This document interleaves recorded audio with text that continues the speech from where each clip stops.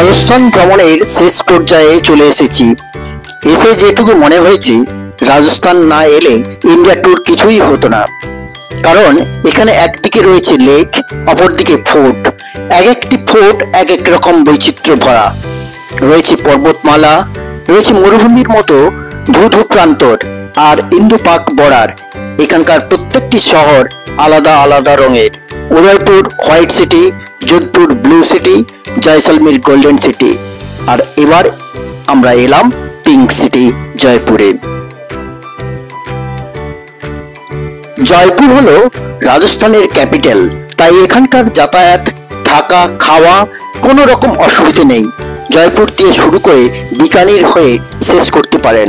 আমরা অবশ্য উদয়পুর থেকে শুরু করে জয়পুরে শেষ করলাম।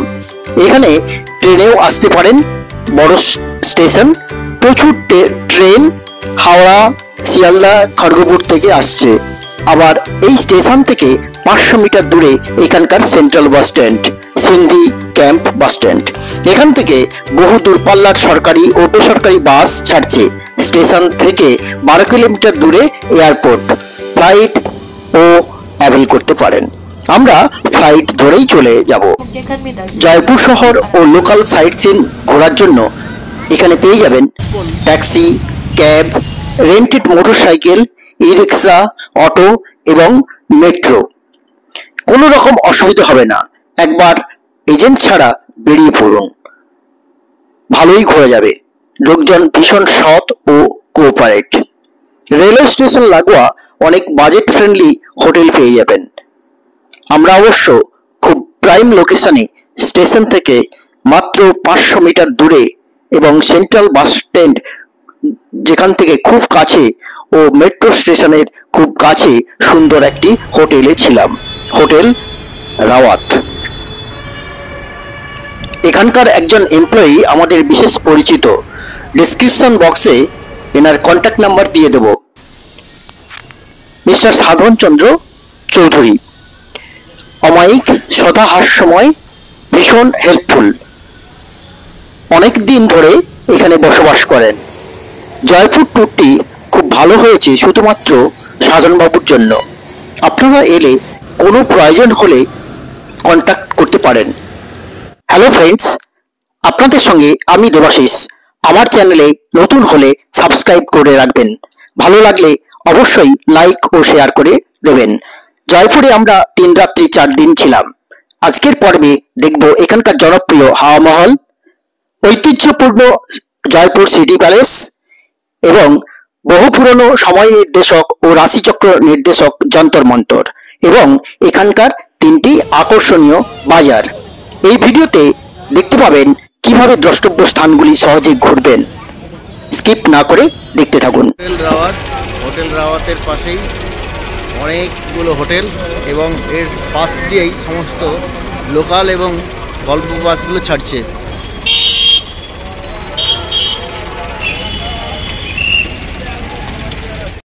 আমরা চলে এসেছি রাওয়াত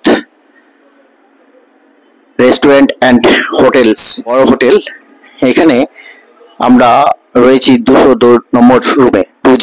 আমরা এই রুমটা একটু দেখানোর চেষ্টা করছি। রুমটা ঢুকেই এই আমাদের অলরেডি ব্রেকফাস্ট ওরা সার্ভ করেছে, ব্রেকফাস্ট। আর এখানে 2টো সোফা আছে। এটা ড্রয়িং রুম, ঢুকে ড্রয়িং রুম, তারপর মস্ত বড় একটা room, living room with king size bed, 2টো চেয়ার, জল টল যা কিছু দেওয়ার দিয়েছে। এখানে একটা মস্ত বড় ওয়ার্ড্রপ, ফ্রিজ রয়েছে, ইন্টারকম রয়েছে, একটা বড় টিভি রয়েছে আর ওয়াশরুমটা মস্ত বড়, হ্যাঁ, এবং পরিষ্কার পরিচ্ছন্ন অবশ্যই। আমি হাইলি রেকমেন্ড করব এই হোটেলটার জন্য, খুব সুন্দর। হোটেলের পাশেই সিন্ধি মেট্রো স্টেশন। সেখান থেকে মেট্রো ধরে যাব বড়ি চপ্পরে নেবে আমরা দেখব হাওয়া মহল এবং এই হাওয়া মহলের কাছাকাছি আর সিটি প্যালেস এবং যন্তর মন্তর দেখে নেব। এখানে অটো বা ই রিক্সা ধরেও আসা যেতে পারে। হাওয়া মহলের এন্ট্রি ফি বড়দের 52 টাকা এবং স্টুডেন্ট কার্ড দেখালে 22 টাকা। আমরা চলে এসেছি মেট্রো ধরে হাওয়া মহল। এই হাওয়া মহলের অ্যাকচুয়ালি এটা পেছনের দিক। হাওয়া মহলের যে ছবিটা আমরা দেখি সেটা হচ্ছে হাওয়া মহলের পেছনের দিক। আমরা মেট্রো ধরেই চলে এসেছি মেট্রো স্টেশনের একদম অপোজিট সাইডে। বড়ি চপ্পরের স্টেশন, এই বড়ি চপ্পর এখানকার শেষ station.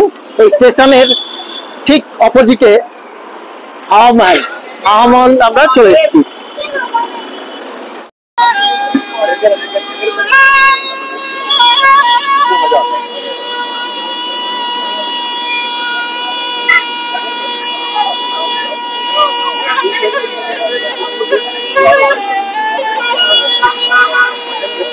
Sindhi camp metro station থেকে চলে এলাম বড়ি চপ্পর মেট্রো স্টেশন। তবে হোটেল থেকে অটো করেও আসতে পারেন, কারণ এখানে কাছাকাছি সমস্ত দ্রষ্টব্য জায়গাগুলো অটো ছেড়ে দিন। প্লেস অফ উইন্ডস বা হাওয়া মহল জয়পুর শহরের একটি বিখ্যাত প্রাসাদ। এটি লাল এবং গোলাপি বেলে পাথর দিয়ে তৈরি। প্রাসাদটি সিটি প্যালেসের কাছে। যে ছবিটি দেখা যায় সেটি প্রাসাদের পেছনের দিক। ভবনটি 1799 সালে মহারাজা সাওয়াই প্রতাপ সিংহ দ্বারা নির্মিত হয়েছিল। 5টি আউটডোরের 953টি ছোট দরজার সমন্বয়, যা মৌচাকের সমতুল্য, এবং এখানে ঠান্ডা বাতাস ভুক্ত প্রাসাদের ভেতরে, তাই একে হাওয়া মহল বলে। হাওয়া মহল 5 তলার একটি প্রাসাদ। মহলের উপরের 3টি তলা এককভাবে একটি করে কক্ষ দ্বারা গঠিত। প্রাসাদের সামনের রাস্তা থেকে এই ভবনটিকে মৌচাকের মতো দেখায়। জয়পুরের একটি আইকনিক স্থাপত্য ও নিদর্শন হলো হাওয়া মহল। গোলাপি শহর ভ্রমণের সময় এটি অবশ্যই দেখে নেওয়া উচিত। লাল ও বেলে পাথর দিয়ে তৈরি 1799 সালে অত্যাশ্চর্য স্মৃতিস্তম্ভটি প্রধান রাস্তার পাশে লালচা অবস্থিত। জয়পুরের প্রতিষ্ঠাতা মহারাজা সওয়াই প্রতাপ সিং এর জন্য হাওয়া মহলের নকশা তৈরি করেন। ওপরে চলছি, এটা সম্ভবত একদম টপ। ও বিউটিফুল সিটি। হাওয়া মহল থেকে বাইরের দৃশ্য।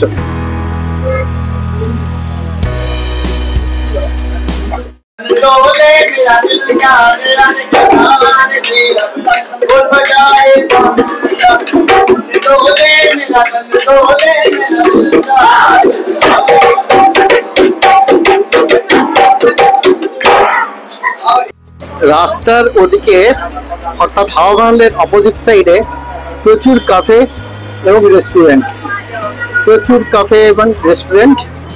এই হাওয়া মহলের অপোজিটে প্রচুর কাফে এবং রেস্টুরেন্ট।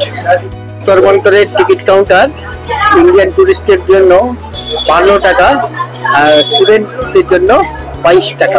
যন্তর শব্দটি এসেছে যন্ত্র থেকে এবং মন্তর এসেছে হিসাব। এখানে এই যন্ত্রগুলি দিয়ে সূর্যের ছায়াপথকে কাজে লাগিয়ে লোকাল টাইম বের করা হয়। যন্তর মন্তরে জ্যোতির্বিদ্যার সবচেয়ে আকর্ষণীয় এবং জটিল যন্ত্র হলো জয়প্রকাশ যন্ত্র। লাল বেলে পাথরের উপরে মার্বেল পাথরের বাঁকা স্ল্যাব রয়েছে। গোলার্ধগুলি 15 ডিগ্রি বা 1 ঘন্টা সেক্টরে বিভক্ত। জন্ম তারিখ জানা থাকলে রাশি বের করা যায়। Sign. How do you read? Full horizon circle, 360 degree, divided in 4 wires. Center metal plate in middle, that is the represent sun. Now look at shadow of this plate is there on marble. Okay? So plate shadow is there, and near is a railway track line. That is line of the equator. Few days ago, it means 21st of March, this plate shadow on that line. So the written name of zodiac on black letter in Sanskrit, that is house for the Aries. The day that sun 19th of June. So look at my hand shadow is here. See the last one, horizontal line. This is line for the Cancer. Just above the Cancer, your zodiac sign is a Gemini. 18 শতকের গোড়ার দিকে জয়পুরের মহারাজা দ্বিতীয় জয় সিং মোট 5টি যন্ত্রমন্তর নির্মাণ করেন। New Delhi, Jaipur, Ujjayini, Mathura এবং বারাণসীতে। এগুলি 1724 থেকে 1735 সালের মধ্যে সম্পন্ন হয়। যন্ত্রমন্তর হলো একটি জ্যোতির্বিজ্ঞান পর্যবেক্ষণ কেন্দ্র যেখানে রাশিচক্রের ধারণা ব্যবহার করা হয়েছে। 12টি রাশিতে বিভক্ত, যেখানে প্রতিটি রাশি 30 ডিগ্রি করে। এই রাশিগুলি হলো মেষ, বৃষ, মিথুন, কর্কট, সিংহ, কন্যা, তুলা, বৃশ্চিক, ধনু, মকর, কুম্ভ এবং মীন। এই যন্ত্রগুলি গ্রহের গতিবিধি পর্যবেক্ষণ করতে, সময় এবং বিভিন্ন স্বর্গীয় বস্তুর গতি পরিমাপ করতে ব্যবহৃত হয়। বিশ্বের বৃহত্তম জ্ঞানমন সূর্যঘড়ি, যা সূর্যের আলো থেকে ছায়া ব্যবহার করে 2 সেকেন্ডের ব্যবধানে সময় পরিমাপ করে। এখানে রয়েছে সম্রাট যন্ত্র, যা বিশ্বের বৃহত্তম জ্ঞানমন সূর্যঘড়ি। যন্ত্রমন্তরের একটি জ্যোতির্বিদ্যা যন্ত্র হলো নারীবলয় যন্ত্র। এটি একটি নিরক্ষীয় সূর্যঘড়ি যা 2টি প্লেট নিয়ে গঠিত, যা স্থানীয় সময় পরিমাপ করে। বৃত্তাকার প্লেটগুলি যথাক্রমে গ্রীষ্ম এবং শীতকালে 6 মাস ধরে ব্যবহারের জন্য। পৃথিবীর অক্ষের সমান্তরালে বলয়ের কেন্দ্রে একটি ছোট রডের ছায়া দেখে কেউ সময় পড়তে পারেন। Period of winter, but this time you can't see the sunlight. Why? Because 22nd March to 22nd of September, sun shifting for the north hemisphere. So see the sunlight on other side. But 2 days of year, 21st of March, 23rd of September is the equinox.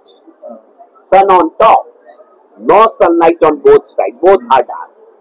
Otherwise, winter time sun on this side and summer time see the sun in other side. So now please move on other side. This is 11 o'clock, 11, 1, 2, 3. 11, 3 is the local time plus 31 minutes. এটি একটি জ্যোতির্বিজ্ঞান যন্ত্র যা দিনের বেলা এবং রাতের বেলা উভয় সময়েই নক্ষত্র এবং গ্রহের উচ্চতা ও দিক নির্ণয়ে ব্যবহৃত হয়। বিশেষভাবে এটি একটি খাড়া কাঠামো যা সূর্যের উচ্চতা এবং দিক খুঁজে বের করতে ব্যবহৃত হয়। এটি হলো রামযন্ত্র। সিটি প্যালেস হলো জয়পুর রাজ্যের শাসকদের একটি রাজকীয় বাসভবন এবং প্রশাসনিক দপ্তর। 1727 সালে মহারাজা সাওয়াই সিং দ্বিতীয় দ্বারা এটি প্রতিষ্ঠিত হয়। 1949 সাল পর্যন্ত জয়পুর রাজ্যের রাজধানী ছিল জয়পুর। বর্তমানে রাজস্থানের রাজধানী জয়পুর। এটি মুঘল এবং রাজপুত স্থাপত্য শৈলীর মিক্সচার। এখানে বর্তমানে 500 জন কর্মচারী কাজ করেন।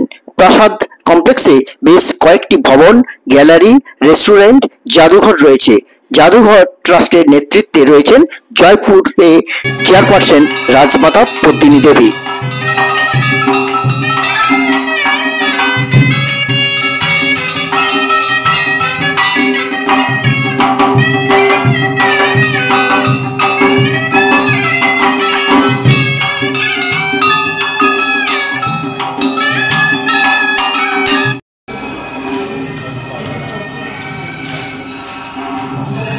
এটি একটি অভ্যর্থনা কেন্দ্র যা 19 শতকে দ্বিতীয় মাধব সিং দ্বারা নির্মিত হয়েছিল। এই মহলটি ইউরোপীয় স্থাপত্যের পাশাপাশি ইসলামী এবং রাজপুত শৈলীরও প্রদর্শন করে। এর ভেতরে পোশাকের জাদুঘর রয়েছে। ভেতরে জাদুঘর, অফিস ও টেক্সটাইল গ্যালারি রয়েছে।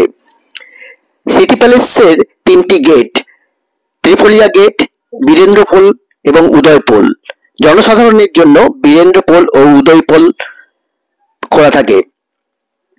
আমরা বীরেন্দ্র পোল দিয়ে ঢুকলাম। এর ভেতরে অসাধারণ প্রাসাদ, বাগান, প্রবেশদ্বার ও পবিত্র মন্দির রয়েছে। সিটি প্যালেসের ভেতরে চত্বরটির নাম প্রীতম নিবাস চক। এই চকে 4টি ছোট ছোট গেট রয়েছে: peacock gate, lotus gate, Leheriya gate, rose gate. এখানে ঘড়ি টাওয়ার দেখা যাচ্ছে, যা কলকাতার Black and Murray and Company থেকে কেনা হয়েছিল এবং যা ইউরোপিয়ান কালচারের সঙ্গে মানানসই। বাবল ফোয়ারা, বাহ, ভেরি ফ্যান্টাস্টিক।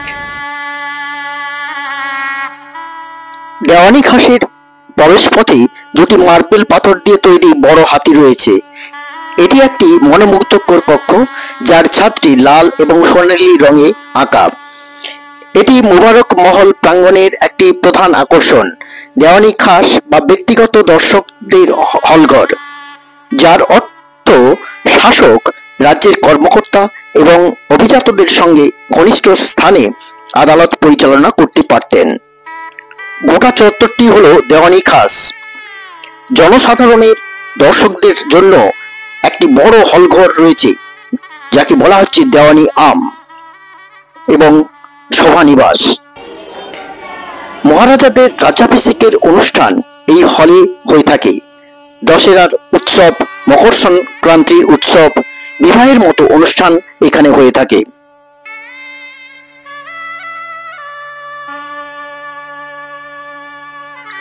এখানে 5 ফুট 2 ইঞ্চি উচ্চতার দুটি বিশাল স্টার্লিং রূপার পাত্র রয়েছে।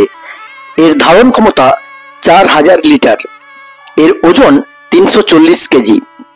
বিশ্বের বৃহত্তম স্টার্লিং রূপার পাত্র, যা গিনেস ওয়ার্ল্ড রেকর্ডে রয়েছে। 1901 সালে মহারাজা দ্বিতীয় সোয়াই মাধো সিং ইংল্যান্ড ভ্রমণের সময় গঙ্গাজল পান করার উদ্দেশ্যে এটি নিয়ে যান।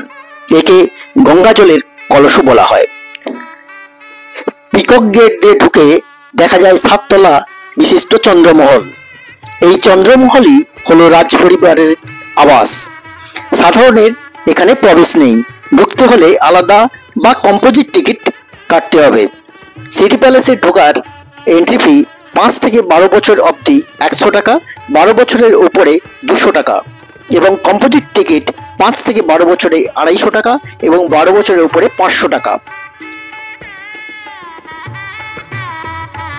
সিটি প্যালেসের ভেতরে চন্দ্রমহলের সুন্দর দৃশ্যের সাথে সাথে রাজকীয় পরিবেশে দুর্দান্ত রেস্টুরেন্ট হলো দ্য সারভাতো রেস্টুরেন্ট। এটি 5 স্টার রেস্টুরেন্ট। খুব সুন্দর গোছানো, লাঞ্চ করতে পারেন। এখানে এসে দেখলাম ম্যাক্সিমাম ফরেনাররা এখানে বসে আছেন। সিটি প্যালেসের বাইরে অনেক দোকান দেখতে পেলাম। এরপর আমরা হোটেলে ফিরি। হোটেল থেকে আবার বিকেলে বেরিয়ে পড়লাম এখানকার লোকাল মার্কেটগুলো দেখতে। আমরা প্রথমে এলাম নেহেরু বাজার। এখান থেকে কিছু জিনিস কেনা হলো। রাহুল ও তার মা আমাদের সর্বক্ষণের সঙ্গী। এরা দোকানগুলো ভালোই চেনে। এদের চেনা দোকানগুলোতেই উঠলাম। রাহুলকে অসংখ্য ধন্যবাদ। জয়পুরের ওল্ড সিটিতে 3টি বাজারের সমন্বয়ে এক বড় কমপ্লেক্স, যার কয়েকটি গেট রয়েছে। এরপর এলাম বাপু বাজার। এখানে চোখ ধাঁধানো হরেক জিনিস, জুতো, শাড়ি, বেড কভার, কি নেই। এরকম 4টে গেট আছে। এরপর দেখলাম জহুরি বাজার। এই বাজারে ইমিটেশন ও সোনার অলংকারে ভর্তি দোকান। খুব লোভনীয় সব জিনিস।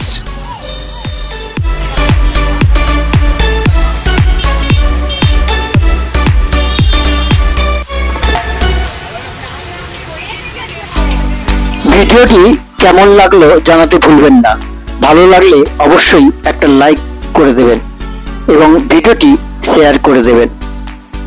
জয়পুর ভ্রমণের শেষ পর্বে শেয়ার করব জলমহলের সুন্দর দৃশ্য, হাতির পিঠে চড়ে আমের ফোর্টের ভ্রমণের রোমাঞ্চকর অভিজ্ঞতা, জয়গড় ফোর্টে রাখা পৃথিবীর সবথেকে বড় কামান এবং নাহার ফোর্টের কাহিনী।